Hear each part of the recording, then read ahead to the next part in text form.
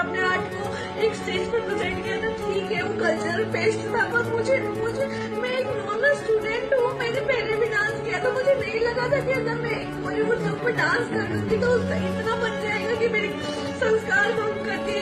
అబ్బాయిలు పనికిమాలిన వాళ్ళైనా సరే వాళ్ళకి స్వేచ్ఛ ఉంటుంది, కానీ అమ్మాయిలకు మాత్రం ఎలా ఉన్నా అస్సలు స్వేచ్ఛ అనేదే ఉండదు. నేను మంచి పిల్లను కదా అని అమ్మాయిలంతా ఇలా మంచి పిల్లల్లాగే ఉంటారు. అన్న బాగా అల్లరి చేస్తాడు, వాడు రాత్రి గోడ దూకి కూడా ఇంటికి రావచ్చు. కానీ ఆ చెల్లెలు మాత్రం మంచిదై ఉంటుంది. కరెక్ట్ టైంకి నిద్రలేస్తుంది, సరిగ్గా తింటుంది, అమ్మకి సాయం చేస్తుంది, మంచి మార్కులు తెచ్చుకుంటుంది, ఇక పడుకుంటుంది. ఇదే కదా జరిగేది. అలా అందరి దృష్టిలో మంచి అమ్మాయి అనిపించుకోవడానికి అలవాటు పడిపోతారు. కానీ ఇప్పుడు నేను చెప్తున్నాను, చెడ్డమ్మాయి అనిపించుకోండి.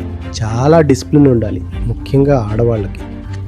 అటు ఇటు వెళ్ళకండి, మిమ్మల్ని ఇరికించడానికి చాలామంది కాచుకుని ఉన్నారు. అందుకే లోపల అస్సలు గిల్టీగా ఫీల్ అవ్వకండి.